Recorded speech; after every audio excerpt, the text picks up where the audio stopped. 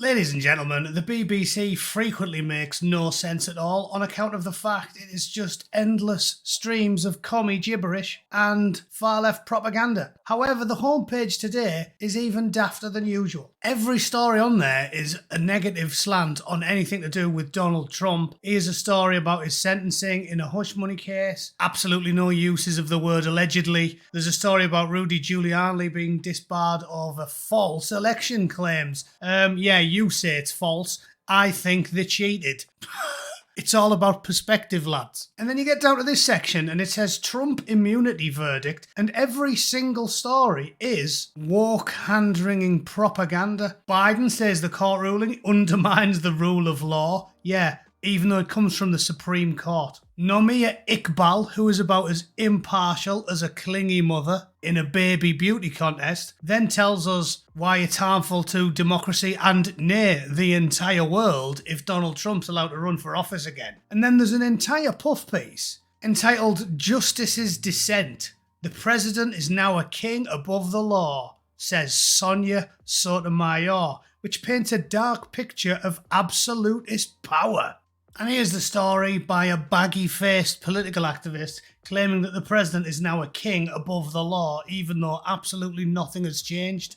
And here's the most obvious point that I would make. There are 9 justices on the Supreme Court, and the ruling was a 6-3 majority, quite a large majority, 6-3. But at no point does the BBC mention the fact that 6 judges said he wasn't a king above the law, and even saying such a thing was just more rambling commie gibberish. It's supposed to work this way. There's 9 of them, they have a big argument, and there's 9, so you can't have an even split. They're meant to talk about the contentious issues of the day and then come to a conclusion. The BBC's making out as if the only people on the court were there saying, "We can't do this, Orange Man bad." So as usual, the BBC makes less sense than pissed Diane Abbott after 2 bottles of Benylin and half a bottle of Jack Daniels.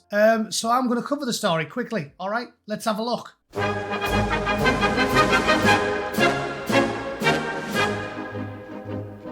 3 justices have issued a blistering dissent to the US Supreme Court opinion granting Donald Trump partial immunity from prosecution, warning that it will allow presidential power to be used for evil ends. Yeah, because they couldn't do anything evil before, could they? Joe Biden bombing a load of women and kids to try and cover up the fact that he got 13 US servicemen killed, so he quickly flashed and went, "Do something," and they ended up blowing a load of little girls up. I think that counts as evil ends, doesn't it? Seems like that's still happening, so what's the big deal? 6 conservative-leaning justices signed the majority opinion, but the 3 liberals dissented, expressing fear for our democracy. President Joe Biden warned of a dangerous precedent, while one legal expert said it was not simply a case of fear-mongering. Leading the liberals, Justice Sonia Sotomayor outlined hypothetical situations where the concept of immunity could apply and made absolutely no sense at all. Orders the Navy SEALs Team Teal 6 to assassinate a political rival? Immune. Organises a military coup to hold on to power? Immune. Takes a bribe in exchange for a pardon? Immune. This mentally ill political activist is not fit to run a bath. She should be wearing a straitjacket, headbutting the rubber wallpaper in a nice padded cell where she can do nobody any harm except herself. Nothing at all about that case means that therefore he can assassinate a political rival. It's just ludicrous on the face of it. What on earth is an educated 60-plus woman doing spewing such absolute bollocks into the airwaves? What? Even if these nightmare scenarios never play out, and I pray they never do, the damage has been done. The other Liberal justices, Ketanji Brown Jackson, who really does have the IQ of a pork pie, and Alina Kagan, also weighed in. Justice Sotomayor was visibly emotional and spent more than 20 minutes reading out parts of her opinion on Monday. Ah, you know what I think should make all the difficult decisions? Very emotional women. Yeah, they always make the best call. Especially when they're crying and shrieking and throwing things. Yeah, ask them what we should do. You know these people who said if men didn't rule the world there'd be no more war? You are having a laugh, aren't you? Have you never seen a histrionic woman in action?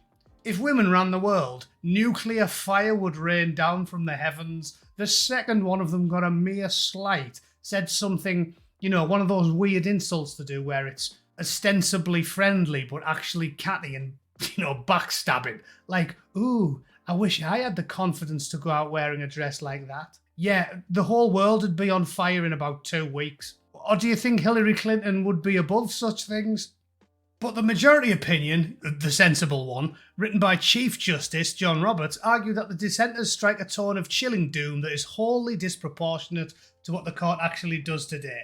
They were fear-mongering on the basis of extreme hypotheticals and dismissed their legal reasoning as weak. There you go then. Leave it to a bloke called John to talk some bastard sense there.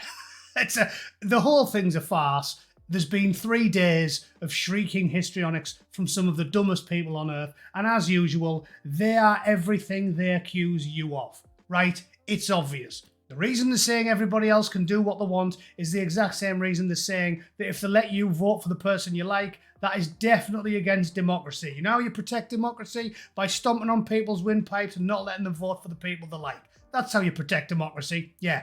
And you protect life by performing 2 or 3 million abortions and simultaneously drone striking 5-year-olds while they're playing in the street. Everybody knows this is tolerant and liberal and reasonable, okay? And if you don't, sorry to tell you, you're living in upside down world, right? Up is down and left is right. Now, feeding endless men into the meat grinder in Ukraine is a good thing. Giving money to the arms companies, laundering your money through the arms companies and using it to bomb little boys is a tolerant and liberal position. And if you don't understand that, you don't understand anything. All right? There's some facts for you.